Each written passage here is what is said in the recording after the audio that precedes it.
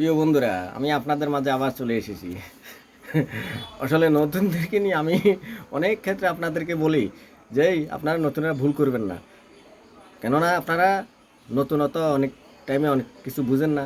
আবার ভিডিও প্রোফাইলে ছাড়বেন না। একটু চিন্তা ভাবনা করবেন, পুরানদের সাথে এঙ্গেজ থাকবেন।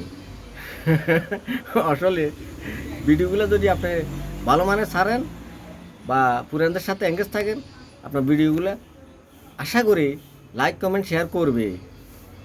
আর যাদের ভিডিওগুলো দেখবেন, একটু চিন্তা ভাবনা করবেন যে আসলে ভিডিওগুলো কি লাইক কমেন্ট করা যায় কি না, বা পুরানদের সাথে অ্যাডজাস্ট থাকবেন।